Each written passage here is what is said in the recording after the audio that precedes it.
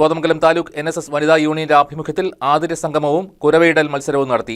Taluk union president PK Rajendranathan Nair ഉദ്ഘാടനം ചെയ്തു. Kothamangalam taluk NSS യൂണിയന് കീഴിൽ വിവിധ കരയോഗങ്ങളിൽ നിന്നുള്ള വനിതാ സമാജം ടീമുകളെ പങ്കെടുപ്പിച്ചുകൊണ്ടാണ് തിരുവാതിരക്കളി മത്സരം സംഘടിപ്പിച്ചത്. ആതിര സംഗമത്തിന്റെ ഉദ്ഘാടനം NSS taluk union president PK Rajendranathan Nair നിർവഹിച്ചു.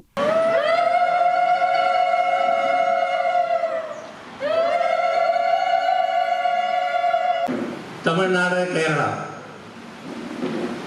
ആദി ദ്രാവിഡ ചേര സംസ്കാരത്തിൻ്റെ ഭാഗമായിട്ട്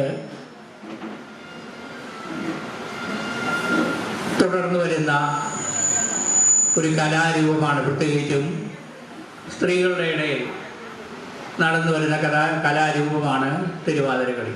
കുരവയിടൽ മത്സരത്തിലും ആവേശത്തോടെയാണ് വനിതാ ടീമുകൾ പങ്കെടുത്തത്.